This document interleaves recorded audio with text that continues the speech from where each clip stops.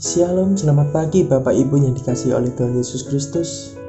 Dalam pertolongan Tuhan, kita boleh bersama-sama berjumpa lagi di renungan pagi pada saat ini. Sebelum kita merenungkan bersama-sama, mari kita berdoa terlebih dahulu. Terpuji kekal nama-Mu Allah yang kami muliakan di dalam nama Yesus Kristus. Kami bersyukur Tuhan atas pertolongan Tuhan bagi kehidupan kami. Engkau boleh melawat kami sepanjang malam tadi Tuhan. Hingga pada pagi hari ini Tuhan, kami boleh berbangun dengan keadaan tubuh yang sehat, yang berasal daripada Engkau. Terpujilah nama-Mu, Tuhan, tolong kami untuk merenungkan kebenaran firman-Mu pada pagi hari ini Tuhan. Tuhan, mampukan kami sehingga kami akan mengerti kebenaran firman-Mu di dalam kehidupan kami, dan kami bisa melakukan aktivitas kami Tuhan dengan pertolongan Tuhan, dengan penyertaan Tuhan. Terpuji kekal nama-Mu di dalam nama Yesus. Amin. Bapak Ibu yang dikasihi oleh Tuhan Yesus Kristus, renungan kita pada pagi hari ini adalah berbuah lebat, yang terambil dari kitab Yohanes 15 ayat 16. Tuhan menyelamatkan kita bukan hanya untuk urusan kehidupan kekekalan yang akan datang di surga bersamanya, namun Tuhan menyelamatkan kita supaya kita dapat menghasilkan buah-buah yang kekal, bahkan semasa kita masih hidup di dunia. Ketika Yesus berkata, "Bukan kamu yang memilih aku, tetapi akulah yang memilih kamu. Dan aku telah menetapkan kamu, supaya kamu pergi dan menghasilkan buah, dan buahmu itu tetap." Yang terambil dalam Yohanes 15 ayat 16. Ia sedang menekankan bahwa hidup untuk menghasilkan buah adalah suatu perintah dan keharusan yang harus digenapi dalam hidup setiap kita para murid Kristus. Sebab dengan berbuah, Allah dipermuliakan dan dikenal melalui hidup kita. Yesus bahkan mengenakan kehendaknya akan pentingnya kehidupan yang menghasilkan buah, serta betapa tidak berartinya kehidupan jika tidak menghasilkan buah, dalam perumpamaan pohon ara di dalam Lukas 13 ayat 6-9. Bagaimana caranya supaya kita bisa menghasilkan buah? Yesus memberitahu kita rahasia yang sangat dahsyat untuk berbuah. Ketika ia berkata, "Setiap ranting padaku yang tidak berbuah dipotongnya, dan setiap ranting yang berbuah dibersihkannya, supaya ia lebih berbuah banyak." Di dalam Yohanes 15 ayat 2. Lebih lanjut, Yesus mengatakan, sama seperti ranting tidak dapat berbuah dari dirinya sendiri kalau ia tidak tinggal pada pokok anggur, demikian juga kamu tidak dapat berbuah jika kamu tidak tinggal di dalam Aku. Di dalam Yohanes 15 ayat 4. Memotong dan membuang ranting yang tidak berbuah. Pertanyaannya, apa yang harus kita potong dan buang dari diri kehidupan kita? Tentu saja manusia lama kita, yaitu dosa dan kebiasaan buruk kita. Sebab jika masih ada sedikit saja dosa maupun kebiasaan buruk yang kita pelihara, seperti kekerasan hati, kenajisan, pemberontakan, keegoisan, dan lain sebagainya, maka hal itu dapat mempengaruhi sekaligus membuka peluang untuk kita jatuh kepada dosa yang lebih parah lagi. Ingat, sedikit lagi merusak seluruh adonan. Jika ingin berbuah, potong dan buang manusia lama kita. Amin Bapak Ibu. Jika ranting tidak ditinggal melekat pada batang pohon, itu berarti ia telah mati. Ia menjadi kering dan tidak dapat berbuah. Sebab tidak ada kehidupan di dalamnya, karena ia tidak tahu mendapatkan makanan yang berasal dari batang pohon.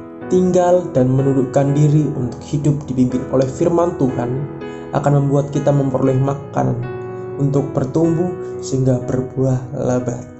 Ketika kita memotong dan membuang manusia lama kita serta taat kepada firman Tuhan, maka buah-buah lebat akan lahir dari hidup kita. Buah-buah yang Tuhan ingin kita hasilkan dalam kehidupan kekristenan kita adalah ada 4 poin Bapak Ibu. Yang pertama, buah roh. Karena kita dilahirkan kembali oleh Roh Allah pada saat menerima Yesus sebagai Tuhan dan Juru Selamat, maka hidup kita harus menghasilkan buah-buah roh. Kasih, sukacita, damai sejahtera, kesabaran, kemurahan, kebaikan, kesetiaan, kelemah lembutan, penguasaan diri yang terambil dalam Galatia 5 ayat 22. Buah roh akan membedakan identitas murid Kristus sejati dari murid palsu.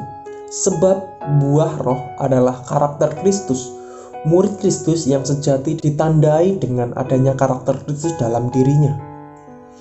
Buah roh akan membuat kita menjadi berkat dimanapun kita berada. Sebab buah roh sangat disukai di mana saja, dan semua orang yang membutuhkan buah roh di tengah kehidupan akhir zaman yang semakin sulit ini. Dengan melihat dan merasakan buah roh yang ada dalam hidup kita, dunia akan mengenal Kristus, sebab dari buahnya lah pohon itu dikenal. Buah roh kita hasilkan ketika kita memiliki hubungan yang intim dengan Tuhan setiap waktu, setiap saat, bahkan dalam setiap detik dalam kehidupan kita. Sebab semakin intim kita dengan pencipta kita, karakter kita akan diubahkan semakin mirip pencipta kita. Karakter ilahi akan kita miliki ketika kita intim dengan Tuhan.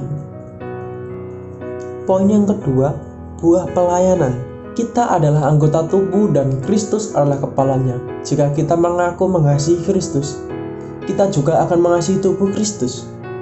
Wujud nyata mengasihi Kristus adalah jika kita melayani sesama tubuh Kristus. Gerejanya, Tuhan berikan kita bermacam-macam karunia dan talenta. Tuhan mau karunia dan talenta tersebut tidak hanya kita disimpan, tetapi kita gunakan untuk melayani dan memberkati sesama tubuh Kristus. Kita bisa melayani sebagai pemimpin, pemuritan, dan pembina di komunitas sel dan lain sebagainya. Kita bisa melayani gerejanya sebagai pemusik, pembina anak, dan lain sebagainya, sesuai karunia dan talenta yang Tuhan berikan kepada kita. Poin yang ketiga, buah pekerjaan. Ketika Tuhan mengutus kita untuk menggarami dan menerangi bagi dunia, Ia mau kita menyalurkan kasih-Nya dimanapun kita berada. Maksudnya, di komunitas manapun kita berada, entah di rumah, sekolah, maupun tempat kerja, maupun profesi kita, entah pelajar, karyawan, pekerja, kita tidak hanya melakukan tugas dan pekerjaan kita dengan semangat, keunggulan, atau terbaik, spirit of excellence, tetapi juga melakukan pelayanan untuk memberkati komunitas dimanapun kita berada. Ketika kita menyalurkan kasih Tuhan di komunitas kita, maka kemuliaan dan berkat Tuhan dinyatakan di tengah-tengah komunitas kita. Amin. Poin yang 4, Bapak Ibu, buah jiwa-jiwa. Jika kita menanamkan pohon pisang, pasti pohon tersebut menghasilkan buah pisang. Benar Bapak Ibu? Jika kita menanam pohon mangga, kita juga mengharapkan hasil buah mangga juga, bukan? Demikian pula ketika Tuhan menanam murid Kristus, Ia mengharapkan murid Kristus akan menghasilkan murid Kristus. Murid Kristus inilah adalah jiwa-jiwa yang kita menangkan, kemudian kita memuridkan menjadi murid Kristus yang sejati. Kita adalah murid Kristus, maka kita wajib menghasilkan murid Kristus. Bukan kamu yang memilih aku, tetapi akulah yang memilih kamu. Dan aku telah menetapkan kamu supaya kamu pergi dan menghasilkan buah, dan buahmu itu tetap, supaya apa yang kamu minta kepada Bapa dalam namaku, diberikannya kepadamu. Di dalam Yohanes 15 ayat 16. Demikian renungan kebenaran firman Tuhan pada pagi hari ini. Mari kita berdoa. Terpuji kekal namamu Allah yang kami muliakan. Kami bersyukur Tuhan, Engkau boleh menyertai kami dalam setiap kebenaran kami, dalam setiap kebenaran firman Tuhan yang boleh kami dengar dan kami boleh merenungkan bersama-sama. Tuhan tolong kami semua dalam setiap kami melakukan aktivitas kami. Tuhan, mampukan kami Tuhan serupa dengan Engkau, dan kehidupan kami menjadi berkat bagi semua orang. Biarlah namamu dipermuliakan dalam kehidupan kami. Biarlah namamu diagungkan dalam kehidupan kami, dimanapun kami berada, baik di pekerjaan kami, dalam kantor kami, dimanapun kami berada. Tuhan, kami menyerahkan kehidupan kami. Tuhan bimbing dan Tuhan pimpin. Di dalam nama Tuhan Yesus kami berdoa kepada Bapa di surga. Amin.